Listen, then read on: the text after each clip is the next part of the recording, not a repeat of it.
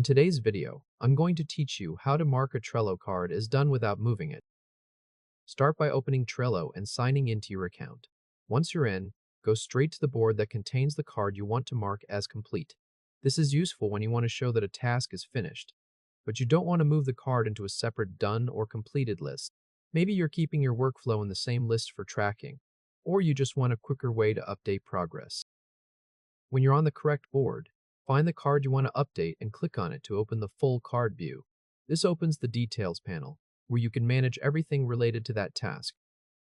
Now look near the card title. You'll see a small circle icon beside it. Click that circle icon. As soon as you do, Trello marks the card as complete without requiring you to move it anywhere else on the board. That means the card stays exactly where it is, but it now shows as done. This is a simple but helpful feature because it lets you keep your board structure the way you want while still clearly indicating that the task has been finished. It's especially handy if your team uses labels, due dates, or checklists, and you don't want completed work disappearing into another list too early. After you click the circle icon, you can also confirm the update by checking the activity section on the right side of the card. Trello records the change there, so you can see that the card was marked complete. That's useful if you want a quick visual confirmation, or if multiple people are collaborating on the board and need to track updates. If this helped, hit like and subscribe for more quick tutorials. And that's really all there is to it.